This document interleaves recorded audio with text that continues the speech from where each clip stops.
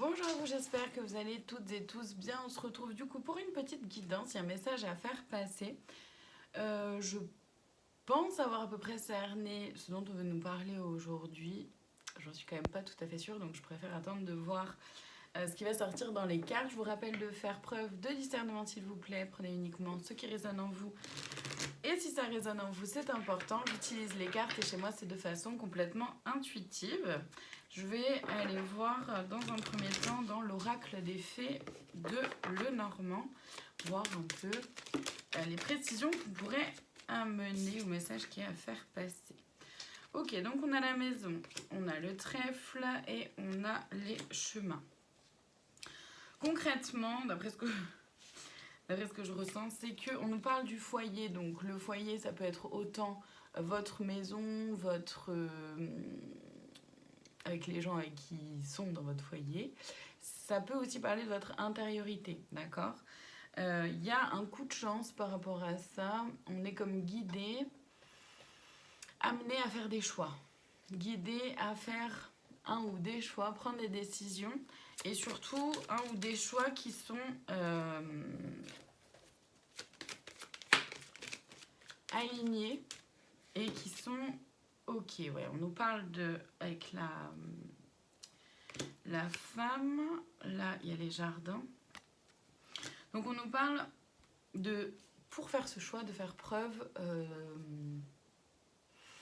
d'intuition, d'aller voir à l'intérieur de soi, de faire confiance à son énergie féminine, qu'on soit homme ou femme, on est toutes et tous énergie féminine et masculine à l'intérieur de soi. L'énergie féminine, ça regroupe justement notre intuition, vos rêves, vos aspirations, vos ressentis aussi, ce que vous sentez être bon et juste pour vous. Les jardins, c'est de pouvoir l'extérioriser, de pouvoir l'amener sur l'extérieur, donc concrétiser finalement quelque chose. Par rapport au choix qu'il y a à faire en lien avec le foyer, encore une fois, le foyer, je pense que pour la plupart, ça parle de l'intérieur, de l'intériorité.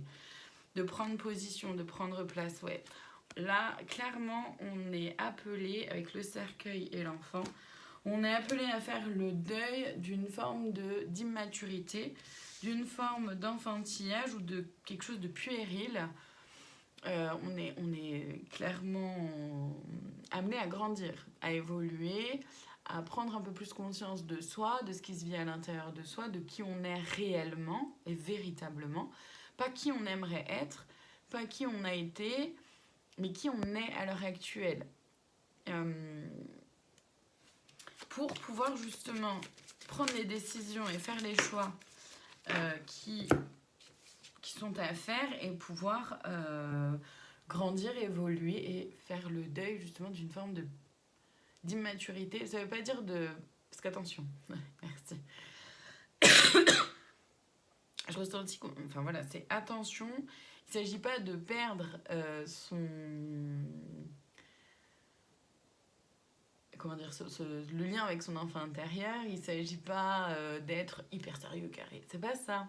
C'est justement ramener tout ça, toute cette légèreté, toute cette, ce côté d'émerveillement, voilà, de candeur, c'est le mot que je cherchais depuis tout à l'heure, merci.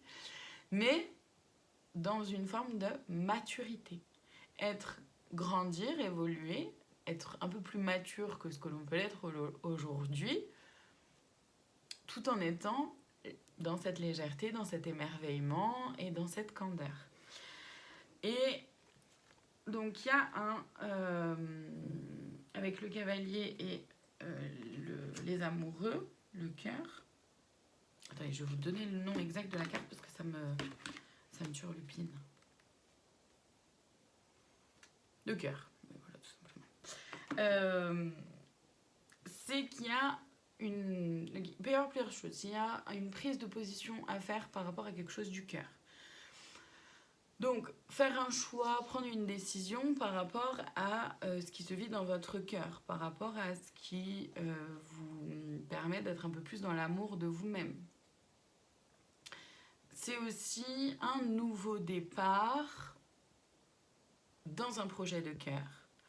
Ça peut être une nouvelle façon de se voir soi-même avec plus d'amour, comme ça peut être un nouveau départ au sein d'une relation sentimentale ou l'arrivée de quelqu'un de nouveau dans votre vie vie sentimentale.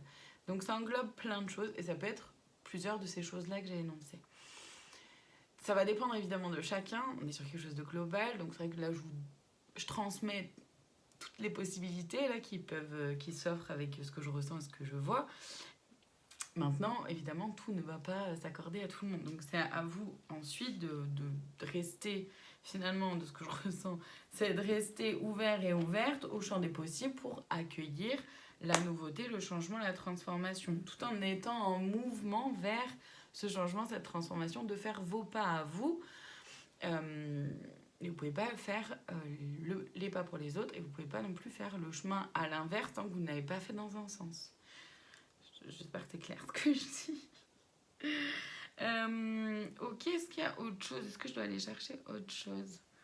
Ok, il y a l'oracle de l'intuition et de l'action qui m'appelle. Donc on va aller voir. On va aller voir ce qu'il nous dit. Peut-être par rapport à ce choix, cette décision, ou simplement pour aller vers, oui, aussi vers ce changement, cette transformation, cette évolution, cette maturité. Peut-être des conseils. Ouais. La liberté, l'art du drame. Ouais. D'oser sortir. Ouais. Alors, la liberté, c'est la liberté d'être pleinement soi et entièrement soi. D'oser se montrer tel que l'on est, d'accord? Se mettre à nu face à soi-même et face aux gens avec qui c'est ok de le faire, évidemment. L'art du drame, c'est vraiment de pouvoir... parce que, en fait, de ce que je ressens, ce changement, cette transformation, ce choix, cette décision, etc., forcément, ça fait peur. Parce qu'il y a du nouveau, parce que la nouveauté, parce que changement, parce que transformation, parce que tout ce que j'ai énoncé. Évidemment, il y a une partie de vous qui peut flipper un peu. Il y a l'ego qui est là, le mental ego, qui va freiner des caters, parce que lui, le changement, la transformation, il a un peu du mal et il n'aime pas trop ça. Donc il s'agit d'apaiser tout ça. Et c'est là où l'art du drame, c'est quand l'ego prend le dessus. Les peurs prennent le dessus. On a la bonne décision et la résistance. C'est ça. C'est qu'il peut y avoir des résistances à prendre une décision ou à faire un choix de peur de se tromper. Et là, effectivement, le but, c'est de cesser le jugement et de se rapprocher de votre cœur, de votre pouvoir intérieur. Vous êtes la seule personne à pouvoir prendre les décisions pour vous. Vous êtes la seule personne à pouvoir amener un changement, une transformation dans votre vie. Il s'agit de saisir des opportunités, il s'agit de mettre en place des choses, de s'écouter, de prendre conscience de qui on est, d'avoir confiance en ce qu'on ressent. Et pour ça, effectivement, c'est important, du coup, de se faire confiance dans ce pouvoir intérieur et créateur et de cesser le jugement, de cesser de se juger. Donc, de faire stopper, de calmer, d'apaiser cette voix intérieure qui vous parle et qui pourrait, cette voix du mental ego, qui vous parle et qui pourrait justement vous rabaisser ou vous dire que vous n'allez pas y arriver ou en tout cas ne pas être aidante. Je vais aller voir... Le conseil de plus, la cerise sur le gâteau, ouais. C'est le petit oracle des anges qui m'appelle. Merci. Ah bah. Le changement, voilà. Voilà, c'est beau. Je vous en fais la lecture.